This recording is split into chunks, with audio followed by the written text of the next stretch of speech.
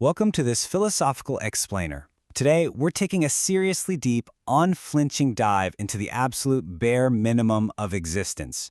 We are going to unpack a truly fascinating philosophical treatise that strips away literally everything we know about society, culture, and daily life, leaving us with nothing but the dirt beneath us.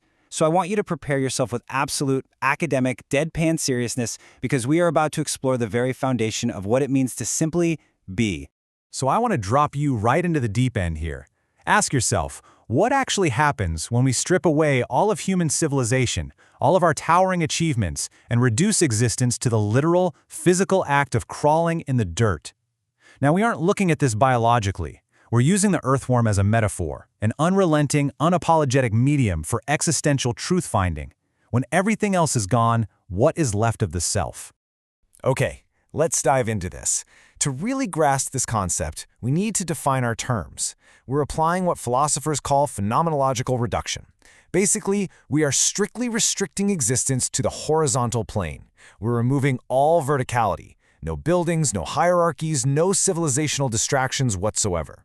By forcing the subject into this naked, horizontal immediacy, the environment acts like a laboratory. It isolates the most basic structures of being. In this highly restricted space, mere movement becomes a profound existential testimony. And this setup brilliantly illustrates what the source text calls ontological incarceration. Think about the total work biography of our crawling subject. It is literally 100% digging and 0% weekend. The subject's entire horizon of being is completely consumed by a single, inescapable purpose: labor. And honestly, this anchors the worm's total lack of a weekend right to our own modern human experience. Inescapable hustle culture, the endless grind, and the burnout that inevitably follows when your entire identity is consumed by what you produce. When you have a total absence of a weekend, which usually acts as this utopian space where you can actually reconstitute your private identity, the self just completely liquefies into the pure, unending act of digging. Our text outlines three terminal deformations of this endless work. First up, total functionality, where the individual is degraded to a mere accident of their labor. Second, the erosion of alterity. Without pauses, meeting another being becomes a statistical anomaly, totally atomizing the social world. And third, existential alienation. Without time to reflect, you completely lose the ability to even understand yourself outside of your productive output. Moving into the next phase of this text, we arrive at section 1, the Cartesian dilemma, and solipsism in the dirt.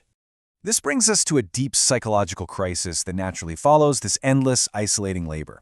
Just feel the existential terror of this scenario for a second. If you are entirely alone in the dark and you finally bump into someone else, is that other a real independent entity or just a hallucination generated by a consciousness that can no longer bear its own emptiness? This is radical solipsism. It's the terrifying idea that you might literally be the only real thing in the universe, and your mind is just projecting companions to survive the sheer isolation of the crawl. Now, what's really interesting is how the text attempts to logically deconstruct that fear. It presents a clear distinction to try and cure this crisis. On one hand, if you are the one imagining the other person, you must have been alone at some point to start imagining them. On the other hand, if you're just a figment of someone else's imagination, well, technically you're never alone. But, and here is the terrifying part, even this rationality completely fails. The ontological doubt is so deep that you realize even the memory of being alone could be simulated. Logic just cannot save you from this crisis. The doubt cuts so incredibly deep that the perceiving I, your very sense of self, might also just be part of the simulation. Language then becomes this incredibly fragile bridge over an abyss. You can articulate the void, you can talk about the emptiness, sure, but words can never actually fill it.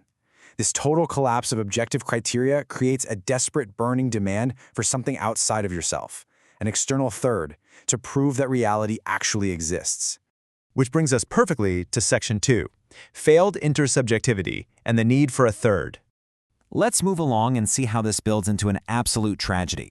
To prove that the world isn't just a hallucination in your head, you absolutely need validation from the outside. You need the unpredictability of a third party to anchor you to reality. So, step 1, you seek a third party for validation, someone whose behavior is so delightfully strange you couldn't possibly have invented them. But in the endless crawl of work, step 2 happens. The third vanishes. Or worse, they just ignore you. And that leads to step 3, the final ontological verdict. Their refusal to acknowledge you isn't just rude, it completely disqualifies your own existence. The lack of social resonance destroys the entire justification for your digging. So, the crucial point is this devastating realization. He who is not perceived does not exist. Take a second to let that sink in. Being ignored in this minimalist landscape isn't just a social slight. It is literal, devastating proof of your own unreality. If your endless labor isn't witnessed or validated by anyone, all your actions, all your struggles in the dirt, are exposed as completely meaningless. But this explainer doesn't just end in the void. Let's look at Section 3, the resolution and acceptance of the absurd. From that crushing realization of nothingness, the text shifts its tone to something pretty incredible. It shifts toward a triumphant, absurd rebellion. When you hit absolute rock bottom in the dirt, it actually sparks a heroic response. In a world totally drained of soul by endless labor, absurdity becomes your only remaining space for freedom. We see this in acts of absurd heroism. First, engaging in a completely useless, pointless conversation. In a universe where only digging matters, stopping to talk about nothing subverts the entire economy of work.